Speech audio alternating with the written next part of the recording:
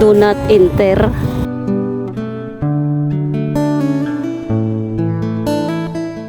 Hi guys, for today's video, pupunta tayo ng Bantayan Park, Baguio City dahil papasyalan natin ang Daguao Creative Mangrove Trail. But before that, kumain muna kami dito sa Tita Dill's Eatery. Ito yung ulam namin, sinabawang isda, binagoong pork, meron kaming kaldo, yan, nilaga, sabaw ng nilaga. Mahilig kasi ako sa spicy, kaya ito yung pinili ko, binagoong ang pork. Pero hindi naman pala siya masyadong maanghang, sakto lang. Kasama ko pala si Kabiyahe Almon.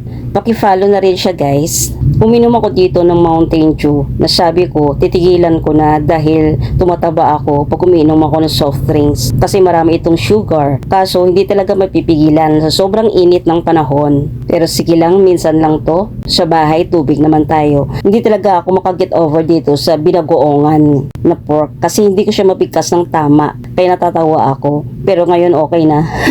Pagkatapos namin kumain, hinanap namin agad ang Daguao Mangrove Creative Trail. Pero sa kasamaang palad, sarado pala ito. Not open to the public pa pala. Sarado ang Daguao, ano guys? Ano ngalan niya? Creative Mangrove Trail. Sarado.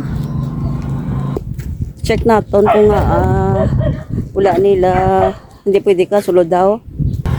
Do not enter. Sarado guys.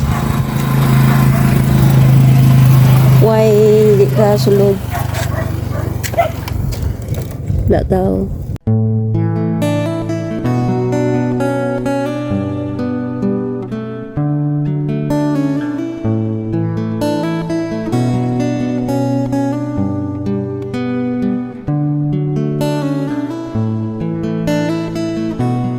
Arita di guys sa Bantayan Park, Baguio City. Makagtukutan ni sa Daguao Mangroves. Galing kay sarado man to. Hindi man po dito kasulod. So di rin na lang kita sa may ano na din sa punta-punta gisang Bantayan Park. Mayari man di kalikalan ano.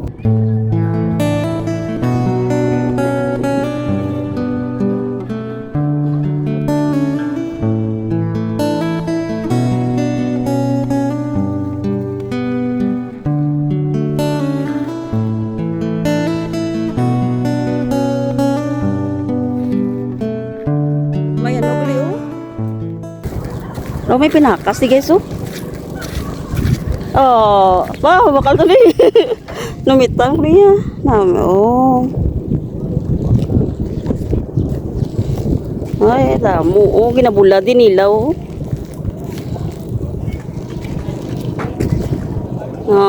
Ginabula nila di.